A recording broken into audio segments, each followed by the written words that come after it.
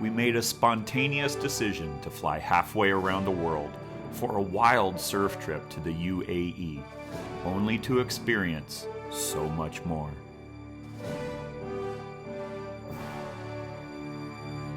Now we're concluding our Arabic adventure in the real-life Sim City of Dubai.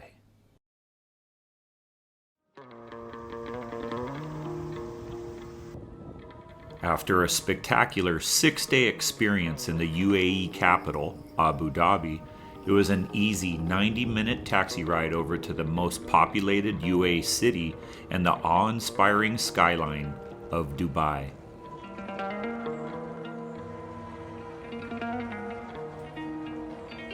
We arrived shortly thereafter at our centralized and strategically chosen accommodations, the Sofitel downtown.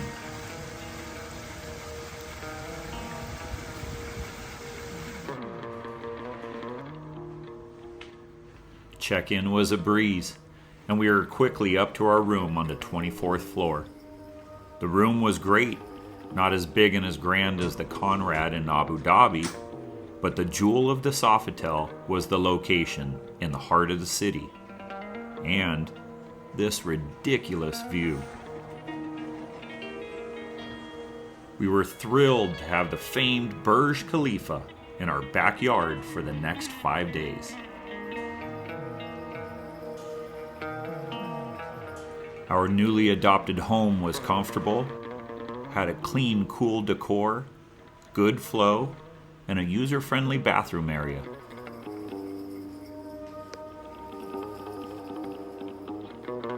After settling in, we headed to the mall for dinner and to stretch the legs. With Ramadan ending and the celebration of Eid in full swing, everybody was on holiday for the next few days, and being located next to the train station and the mall meant abnormally big crowds. The mall was incredible, and at this point of our Dubai stay, we didn't realize that it would become our main hub. With all the food, shopping, iconic sights, art, and people watching, I figured I'd share more details later in the video. Getting lost in this 4-story maze and in complete awe of everything around us, we headed outside to the Dubai fountains. It was pushing midnight, and we missed the water shows for the evening, so we decided to call it a night, in sheer amazement of the good old Burj Khalifa.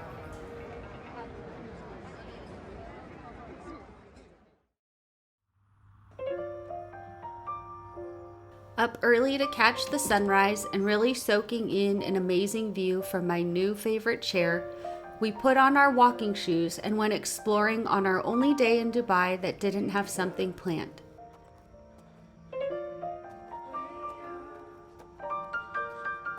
We started at the mall again, but this time entered in at Fashion Avenue. Thank you, my friend. Have a nice day. Fashion Avenue is a section of the Dubai Mall that is for the luxury brand shopper. From the moment the doormen welcome you, the stores waiting to greet you are Hermes, Yves Saint Laurent, Chanel, Prada, the list goes on. Sprinkled throughout are luxury brand pop-ups, just in case you forgot something. One of our markers in the mall was the pop-up by Christian Dior. No shopping for me on this trip. I spent my money on waves in Abu Dhabi. Visiting the mall in the morning was a stark contrast from the crowds the night before. It was empty. There's a segment of the mall that has some upscale fine dining with unobstructed views of the nighttime water show. We browsed around, checking locations, decor, menus, and front row seats to compare the exhibition of water to the original at the Bellagio. We picked a restaurant that suited our taste and made a reservation for the evening.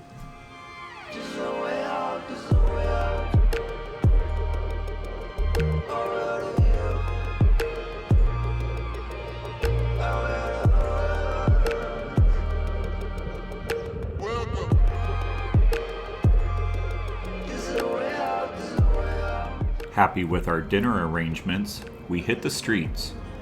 Jen and I heard that Dubai could get humid and uncomfortable, but we lucked out. Abu Dhabi had been very mild. Now in Dubai, it was in the low 90s, but it was a beautiful, dry day and prime for sightseeing in the city.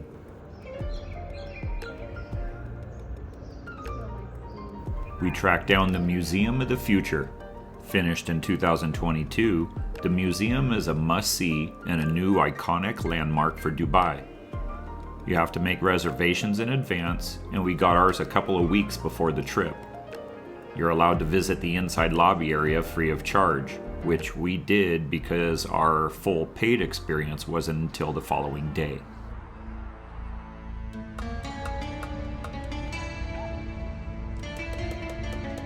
From the modern Dubai Mall area, we made our way to the old Souks. Souk is a word in Arabic for outdoor market. Very cool. It is located on the waterfront in Dera. The souk sells spices, dried fruits, textiles, knockoff handbags, gold, and more. This is where people barter for goods and is very similar to dealing with street vendors in Mexico, so I was not very interested. The best part was the colorful spices that lined some of the store entrances.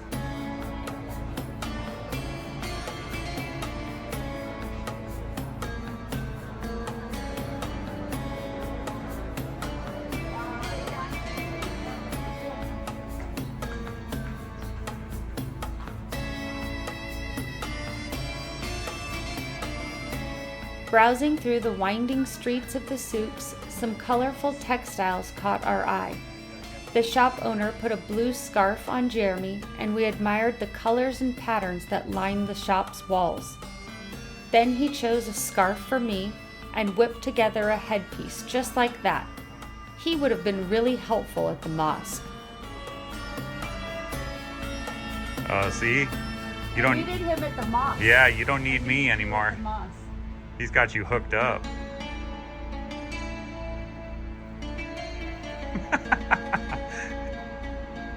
Oh yes, bust out. Across the street from the souks is the Aura Creek. Aura means to cross in Arabic. This was the city's first port and home to a thriving pearling industry. For 1 AED, or about 27 cents, you can take a boat to the Burj Dubai Souks, where there are old traditional neighborhoods, galleries, and museums to explore. After recharging and freshening up at the hotel, we thought we'd try and catch a sunset at Jumeirah Beach, a very popular white sand beach located just south of the city's historic district. There were clouds snuffing out our sunset shots, but it made for a comfortable temperature and a pleasant walk along the shore. It was a busy evening and traffic was bad, with it still being their holiday, but it just made for more fun people watching. The locals were having a great time in the water, families on the beach, playing games, people working out, riding bikes, all against a backdrop of modern high-rises and traditional mosques. They love their beach, so much so that they built giant light towers to extend their enjoyment and water time. Further down the coast, we came upon the Jumeirah Burj Al Arab, or Arab Towers. This is the famed waterfront luxury hotel built on a man-made island. The design was intended to look like a sail on a dhow, which is a traditional Arabic sailing vessel. Definitely a very cool building.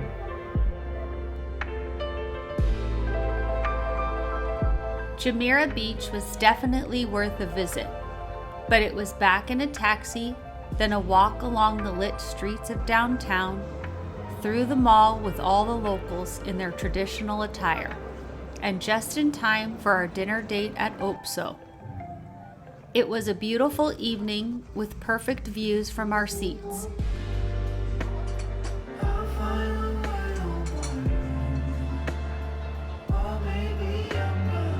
Jeremy and I had been in Vegas 2 weeks prior to this vacation and always make time to enjoy the Bellagio water show. So we thought it'd be fun to compare the original to the Dubai version. We were both pleased with our meal selections. Jeremy with the fish, and I had the katsu chicken and cauliflower. But the real treat was our backdrop.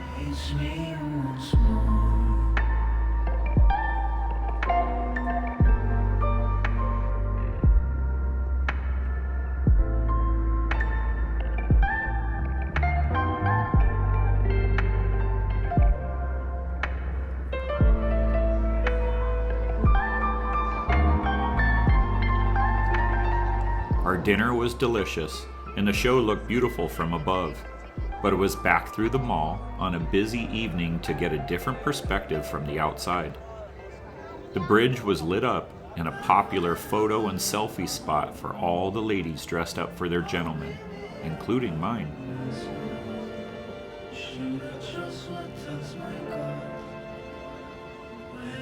Here's a little clip that shows the restaurants across the lake. The arrow is where we were seated. We found an open railing across from the Burj with the other thousands of people enjoying the event. Unlike the Bellagio in Vegas, the Dubai Fountain Show provides an upgraded experience for a small fee to climb in a boat and get a closer and more private viewing of the lights, music, and water. The Burj Khalifa is the world's tallest building and an amazing spectacle, but that's not all. It plays a big part of the water show and was built with over 1.2 million LED lights and lasers. Holding several Guinness World Records, it also boasts a New Year's fireworks display that is beyond compare. One negative thing, though, is it's so damn big you can't shoot it in normal landscape mode. You have to go vertical to squeeze it all in. After midnight, once again, there was just one more show before bed. You're gonna throw the ice cream and not gonna catch it? Oh, there's a mess. All right. Back more.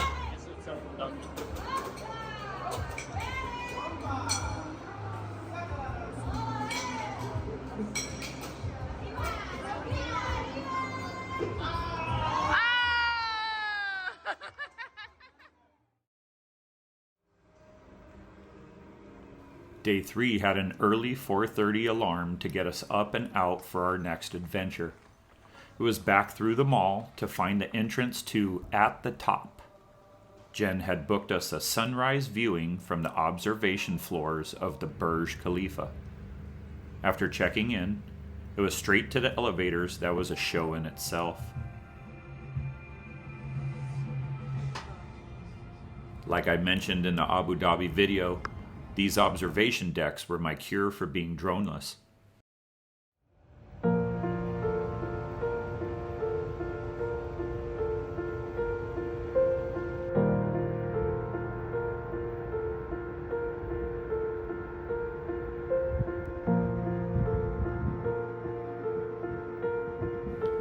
It was fantastic.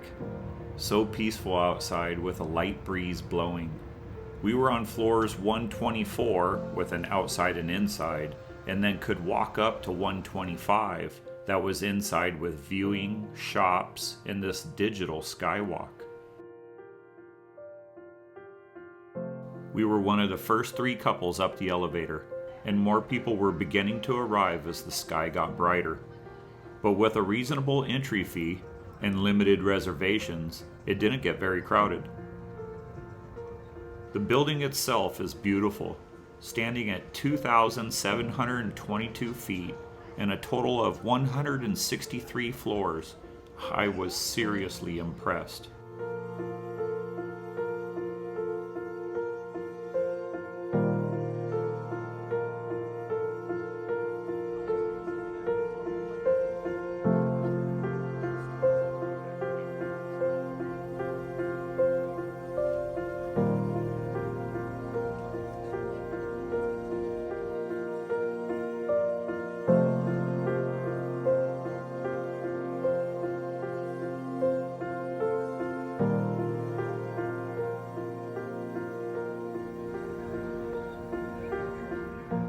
With unobstructed 360-degree views, perfect temperatures, and such a serene atmosphere with my best friend, this was worth every penny and highly recommended for any Dubai trip.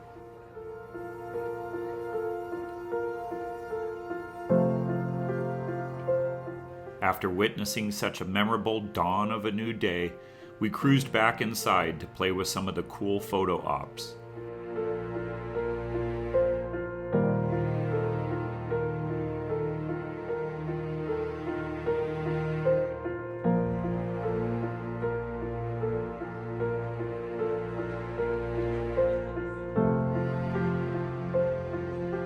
Not wanting this moment to end, we took one last pic before moving on.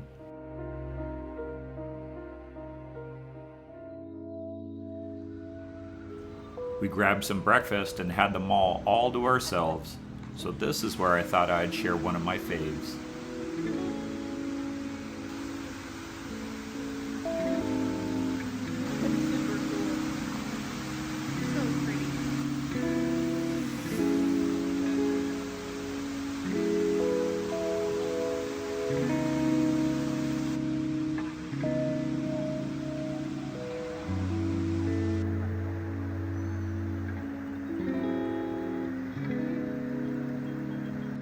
There are projectors that cast a light blue Arabic design that moves across the face of the art piece. With the movement of these designs combined with the water cascading downward, it makes the divers look like they're moving. We were standing there tripping out. If you stare too long, it gives you a feeling of motion sickness. But to sum this segment up, this was my favorite display of art during our visit to the UAE, and came away with some super cool photos. With hardly anybody around, we passed by one of the world's largest indoor aquariums and underwater zoo. This 10 million liter tank is home to over 33,000 aquatic animals, including over 300 sharks and rays. This mall is just stupid. With more than 1,200 shops, unlimited food choices, their very own Chinatown, movie theaters, and an ice rink, this has to be the hub of any Dubai vacation.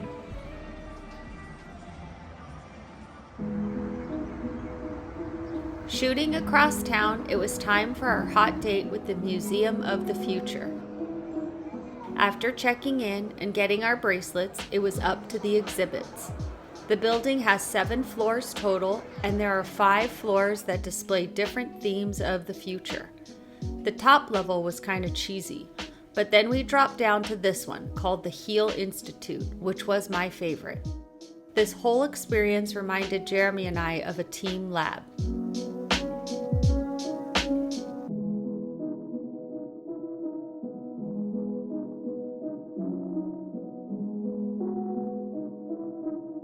The next level down was Al Waha, Arabic for the oasis. This focused on therapies for the senses and staying grounded.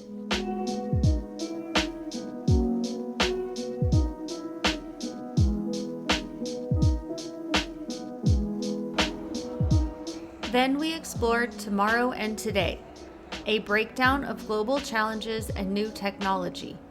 On this level, we were surprised to find that you could go outside in the center of the oval, which symbolizes the future. The calligraphy written on the building is actually quotes from Sheikh Mohammed and are not only decorative but also windows. We had to hurry down to the lobby area because it was time for the flying dolphins. They didn't look like dolphins much, but still really cool looking with the Arabic script on the ceiling.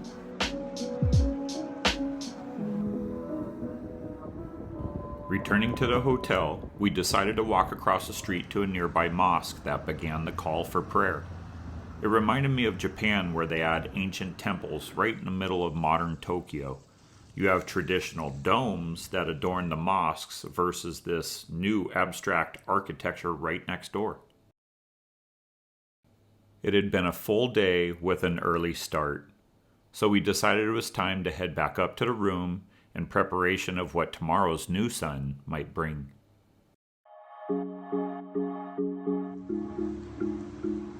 Another early 4:30 a.m. start, and very important to be on time, because you can see some of the sad faces being told to wait outside. We were in the first elevator up and then escorted to our seats.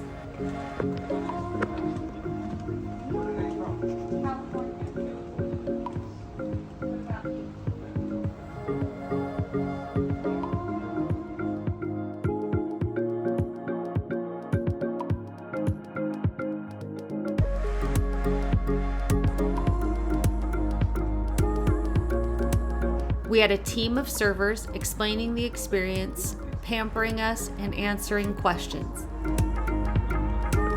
Then setting us free to enjoy the Aura Skypool.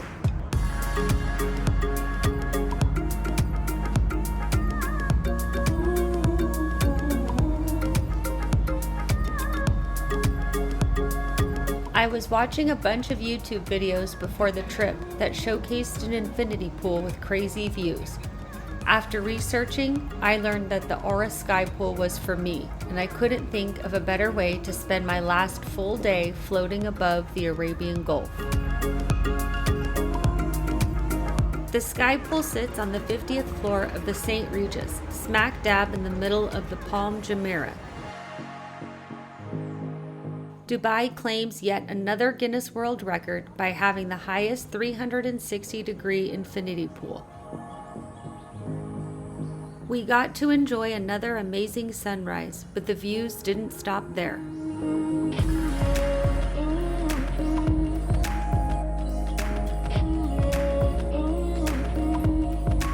We just kept doing laps, getting our exercise and enjoying the 82-degree water. Stopping occasionally for a photo session or just staring at the skyline.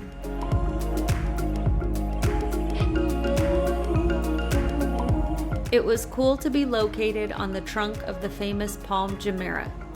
This is an artificial island that began construction in 2001 and started granting occupancy to residents in 2006. The Palm also has over 30 hotels. The popular Atlantis Hotel adorns the top of the Palm on the outer crescent, and then the Atlantis Royale is the newest addition, where it is reported Beyoncé made $24 million to sing at the grand opening.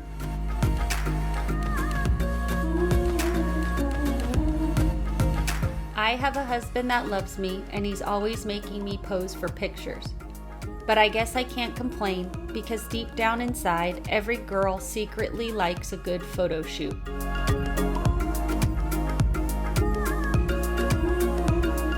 We talked to some couples during the trip that were interested in visiting the Sky Pool, but it was booked.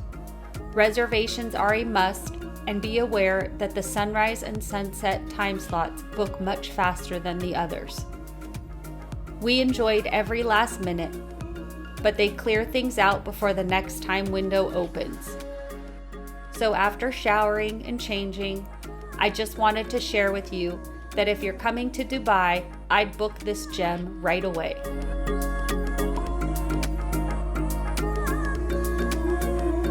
The Sky Pool was high on Jen's list of must-sees, and I have to admit, it was really cool and exceeded all expectations. But it also came with a bonus. It was located a stone's throw from the Dubai Marina, something that piqued my interest prior to the trip. And it's a great example of the Dubai population and development boom.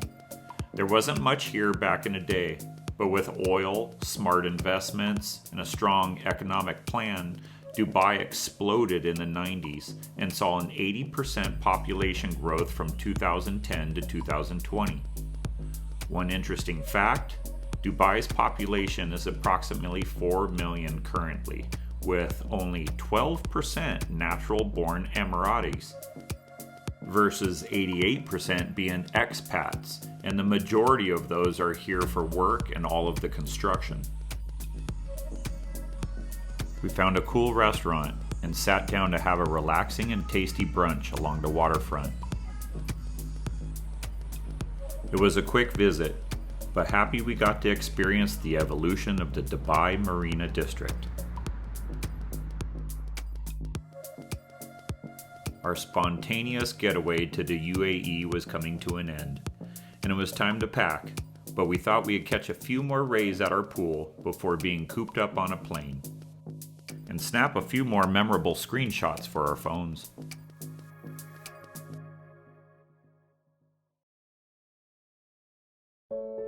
The time had come to say goodbye, to bid farewell to luxury hotels and head back to real life at home. We passed the illuminated museum and all the mega high-rises on the way to the airport. This would be our first time flying Emirates, and we were excited since Jen splurged on premium seats. With a 16-hour flight ahead of us, it gave us time to reflect on the past couple of weeks. I think the United Arab Emirates surprised the both of us. Super clean, very safe, and we had great interactions with everybody we came across. Plus, we scored on weather and loved the Burj Khalifa Grand Mosque architectural contrast. A couple of quick tips. We did exchange money and use dirhams, but you can use credit cards anywhere, even taxis. Speaking of taxis, they're usually a very expensive way of getting around, but not here. Easy, cheap, and highly recommended. Food? No problem. They have anything you want, but if you're interested in alcohol, very limited. This trip was never on our radar, just a spontaneous surf trip. But if you're thinking about going, don't hesitate. Do it. Because Jen and I already miss it.